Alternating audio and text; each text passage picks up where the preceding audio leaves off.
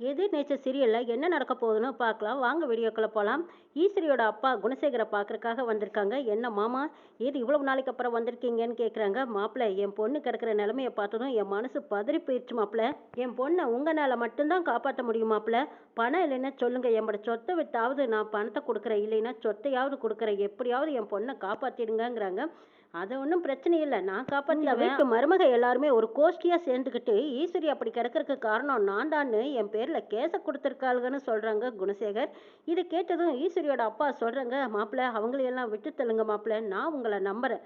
என் பொண்ணை எப்படியாவது நீங்கள் காப்பாற்றி கொடுங்க, உங்களால் மட்டும்தான் மாப்பிள்ளை முடியும். இந்த பொறுப்பை நான் உங்ககிட்ட ஒப்படைக்கிறேங்கிறாங்க. அப்போ நந்தினி ஓடி வந்து, ஐயோ அப்பா, என்ன நடந்ததுன்னே தெரியாமல் நீங்கள் பொறுப்பை கொடுக்குறேன்னு சொல்லி அவசரப்பட்டு ஏதாவது தப்பு தவறான காரியம் பண்ணிடாதீங்கன்னு கெஞ்சி கேட்குறாங்க. இதை பாருமா நந்தினி, இனிமேலும் நான் உங்களையெல்லாம் நம்புறதா இல்லை. நீங்கள் எல்லாரும் என் பொண்ணோட விஷயத்தில் தலையிடாதீங்க, ஓரமாக ஒதுங்கி நில்லுங்கங்கிறாங்க. தர்ஷன் ஓடி வந்து, தாத்தா என்ன பேச்சு பேசிகிட்டு இருக்க, உனக்கு என்ன நடந்ததுன்னே தெரியாமல் இப்படி ஒரு பேச்சு பேசிகிட்டு இருக்கியாங்கிறாங்க. டேய் தர்ஷா, நீ எனக்கு பேரனே இல்லை, எல்லாத்துக்கும் காரணம் நீ தாண்டா. நீ கல்யாணம் பண்ணிக்கிட்டு சொகுசா சந்தோஷமா இருந்துகிட்டு இருக்க. ஆனா என் பொண்ணோட நிலைமைய நினைச்சு பார்த்தியா? அவ இருக்கிற நிலைமையில உனக்கு ஒரு கல்யாணம் கேக்குதா? கல்யாணம்? டேய், ஈஸ்வரி இன்னைக்கு இந்த நிலைமையில இருக்கிறான்னா அதுக்கு காரணம் நீதான்னு சொல்லி ஈஸ்வரியோட அப்பா தர்ஷன் மேல பழிய தூக்கி போடுறாங்க. பாருங்க மாப்பிள்ள, இந்த தர்ஷன் பண்ணிக்கிட்ட கல்யாணம் செல்லாத. பேர்ல யார் என்ன பழி சொன்னாலும் சரி, நான் உங்களை நம்புறேன். கோர்ட்ல எந்த கோர்ட்ல வந்து கேட்டாலும் உங்களுக்கு நான் சாட்சியா நிக்கிறேன். இப்படி குணசேகரனுக்கு சப்போர்ட்டாவே பேசிக்கிட்டு இருக்காங்க ஈஸ்வரியோட அப்பா. இதையெல்லாம் பார்த்துக்கிட்டு இருந்த தர்ஷன், ஏ தாத்தா நீ என்ன பேச்சு பேசிட்டு இருக்கேங்கிறாங்க. டேய் சத்தம் போடாதுடா, பேசாம வாய் மூடிட்டு போங்களால மட்டும்தான் என் பிள்ளைய காப்பாற்ற முடியும், உங்களை தான் நான் மலை போல நம்பி இருக்கேன்னு சொல்லிட்டு அங்க இருந்து போறாங்க.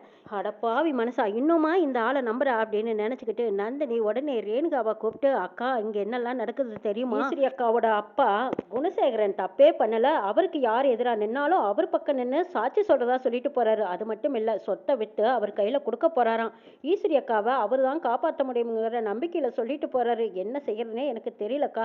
அப்புறம் இன்னொரு விஷயம், இன்னைக்கு காலையில நம்ம வீட்டுக்கு ஒரு பெரிய பணக்காரங்கா, அவனோட பிஏ தான் வந்தாரு. வந்து குணசேகர் மாமா கிட்ட இந்த வீட்டை எனக்கு விலை முடிச்சு கொடு, எப்போ ரெஜிஸ்ட்ரேஷன் வச்சுக்கலான்னு துணிச்சலா கேட்டாரு.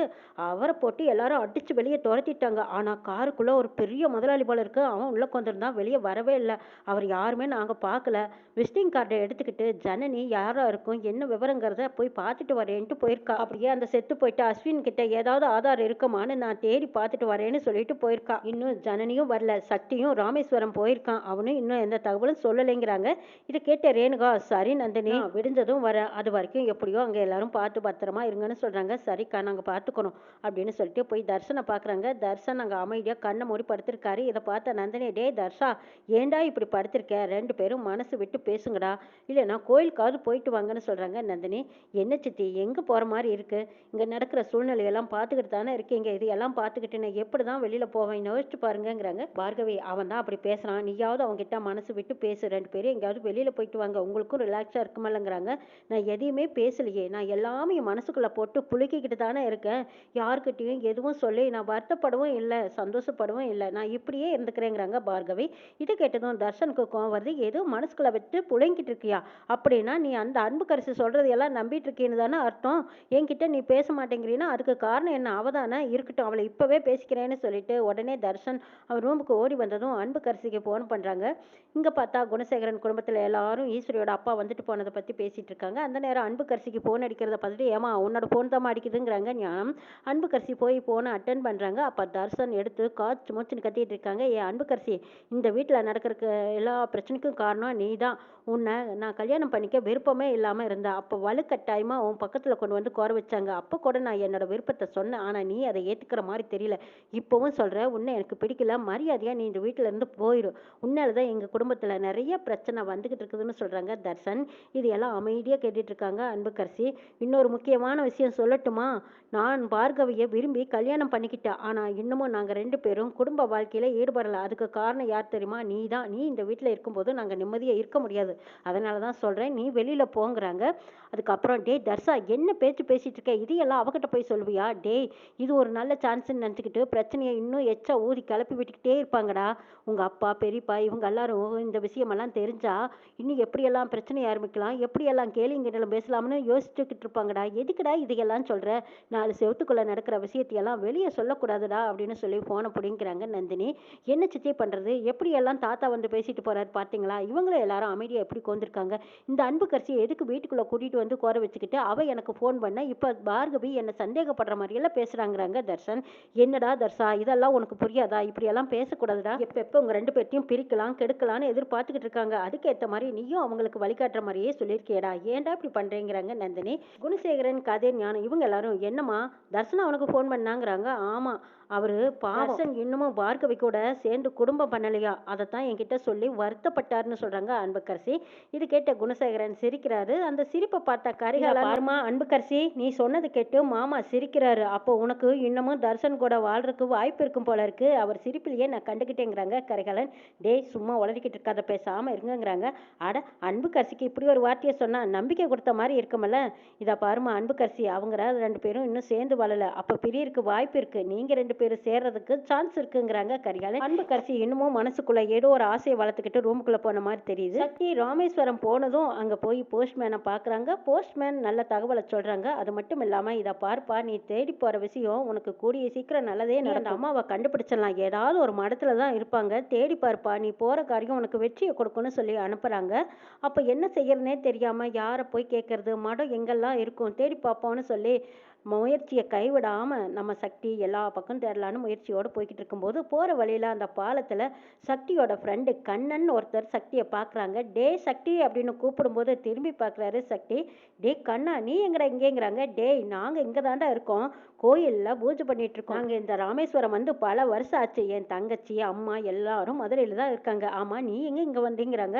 அது ஏன்டா கேட்குற, என் குடும்பத்தில் ஒரு பிரச்சனை, அந்த பிரச்சனை இந்த ராமேஸ்வரத்தில் தான் தீரும்னு நம்பிக்கையோடு வந்திருக்கேன்டா, இந்த லெட்டரை படிச்சு பாரு, இந்த அட்ரஸில் இருக்கிறவங்கள நான் பார்க்கணுன்னு வந்தேன், இங்கே போய் போஸ்ட்மேனை விசாரித்தேன், 50 வருஷத்துக்கு முன்னாடி அந்த அம்மாவை அவங்க பார்த்துருக்காங்க, அதுக்கப்புறம் பார்க்கவே இல்லை, எங்கேயாவது மடத்தில் இருப்பாங்கன்னு சொன்னாங்க, அதான் மடத்தில் எங்கேயாவது தேவையேங்கிற ஒரு பொண்ணு இருக்காங்களான்னு தேடி பார்க்க போகிறேங்கிறாங்க. அட அப்படியா சொல்கிற, சரிடா, 30 வருஷத்துக்கு முன்னாடி நடந்த கதைனா எங்கள் அப்பாவுக்கு தெரியறதுக்கு வாய்ப்பு இருக்குது, சரி வா, நம்ம 2 பேரும் எங்கள் அப்பாவை போய் பார்த்து பேசினா இதுக்கு ஒரு விடை கிடைக்கும்னு சொல்லி 2 பேரும் முடிவு பண்ணி அங்கேருந்து போகிறாங்க. ஆனால் இங்கே குணசேகர் அனுப்பிச்ச ஆளு சக்தியை பின்தொடர்ந்து போகிறாங்க. சக்தியும் அவங்க ஃப்ரெண்டு சேர்ந்து போகிறத உடனே குணசேகர்கிட்ட சொல்கிறாரு. ஓஹோ, அங்கே ஒருத்தர் நண்பனை தேடி வச்சிருக்கானா இந்த சக்தி பையன், தோளம் கை கொடுக்குறானா, கொடுக்கட்டும் கொடுக்கட்டும், தோளம் பிரிஞ்சு நிற்கிற நேரம் பார்த்து இந்த சக்தியை போட்டு தள்ளிடுற, அவனை ஏன்னு கேட்க நாதி இல்லைன்னு சொல்லிடுறாங்க குணசேகர். இதுக்கப்புறமும் குணசேகர் அனுப்பிச்ச ஆளு சக்தியை தனியாக வரட்டும்னு எதிர்பார்த்துட்டு இருக்காங்க. சக்தியை முடிச்சு கட்டுறதுக்கு ஆள் திரட்டுறாங்க. சக்தியை கண்ணன் கூட சேர்ந்து அந்த கோயிலில் அவங்க அப்பா குருக்களாக இருக்காங்க, அவங்க அப்பாவை போய் பார்க்குறாங்க. அவங்க அப்பா கிட்ட இந்த லெட்டரை கொடுத்து தேவகிங்கிற ஒரு அம்மா மடத்தில் இருக்கிறதா போஸ்ட்மேன் சொன்னாங்க, இந்த அட்ரஸில் இருந்து வந்தவங்கன்னு சொல்லி அந்த லெட்டரை கொடுக்குறாங்க.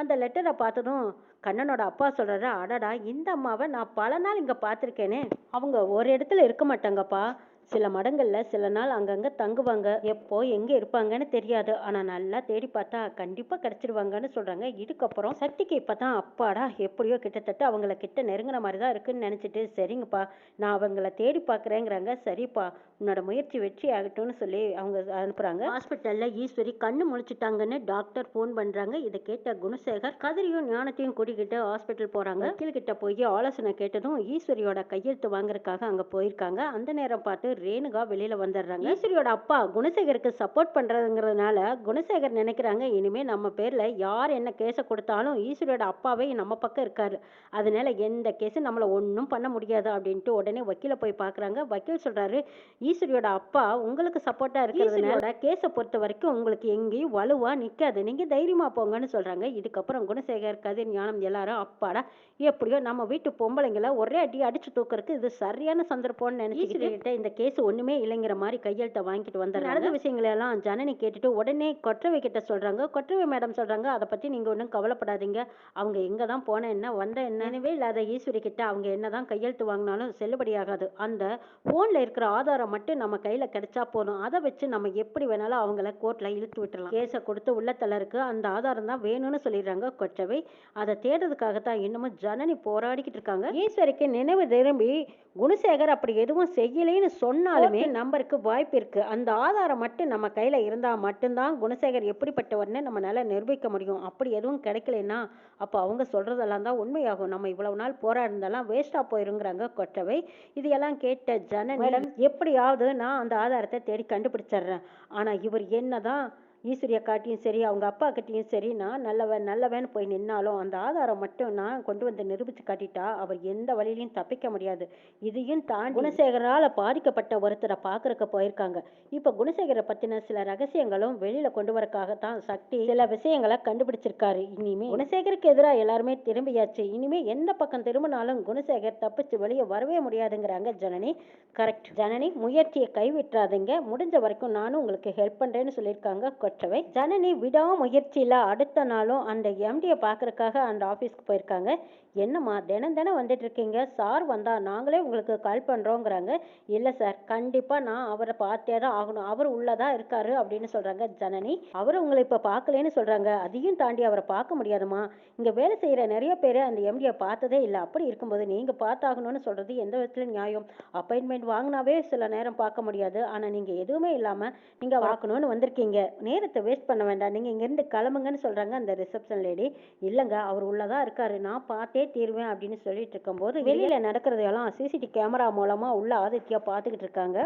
ஜனனி என்னை பார்க்க வந்ததுக்கான விவரம், ஆதி குணசேகரனை பத்தின வீடியோ என்கிட்ட இருக்குதுங்கிற சந்தேகத்தின் பேர்ல தான் என்னை பார்க்க வந்திருக்கா. சரி உள்ள அனுப்புங்க, பார்த்துக்கலாங்கிறாங்க ஆதித்யா. ஜனனி தர்ஷினி ரெண்டு பேரும் போய் நேரடியா ஆதித்யாவை பார்க்குறாங்க. ஆதித்யா கிட்ட ஜனனி கேட்ட கேள்வியும் ஆதித்யா சொன்ன பதிலை கேட்டதும் ஜனனிக்கும் தர்ஷினிக்கும் தூக்கி வாரி போடுது. நான் ஆதி குணசேகரோடைய வாரிசுங்கிறாங்க, ரத்த சம்பந்தப்பட்ட வாரிசுங்கிறாரு. அப்படி அவருக்கு நான் பணத்தை கொடுத்து தான் அந்த வீட்டை வாங்கணுங்கிற அவசியம் கிடையாது. ஆதி குணசேகரன் இருக்கிற வீடு அது என்னோட சொத்துன்னு சொல்றாங்க. இதை கேட்டதும் ஜனனிக்கு அப்படியே தூக்கி வாரி போடுது. என்ன சார் சொல்றீங்கிறாங்க. ஆமா, ஆதி குணசேகரனுடைய வாரிசுன்னா அப்போ வாரிசான எனக்குத்தானே அதிக உரிமைங்கிறாங்க. ராமேஸ்வரன் தேடி போன சக்தி அந்த ஓரமா ஒரு அம்மா உட்காந்துருக்காங்க. அவங்கள பார்க்கும்போது ஏதோ வடநாட்டு பொண்ணு மாதிரி தானே இருக்கா அப்படின்னு சொல்லி கிட்ட போய் அம்மான்னு கூப்பிடுறாங்க. அந்த அம்மாவும் திரும்பி பார்க்குறாங்க. தெரியாத அந்த அம்மா பார்வையில பாசத்தை காட்டுறத பார்த்த சக்தி, உங்க பேர் தேவகியாங்கனதும் ஆமாங்கிறாங்க. சக்தி அந்த அம்மாவை பார்த்ததுக்கு அப்புறம் குணசேகரனை பத்தின ரகசியங்கள் மட்டும் இல்ல, சில உண்மைகள், குணசேகரனை பத்தின தகவல், அவர் சம்பாரிச்ச அந்த சொத்து, இது எல்லாம் யாரோடது, யாருக்கு சொந்தங்கிற உண்மைகள் எல்லாம் தெரிய வந்திருக்கு. இன்னும் என்னெல்லாம் நடக்க போகுதுங்கிறதையும் நாளை சொல்ல பார்க்கலாம்.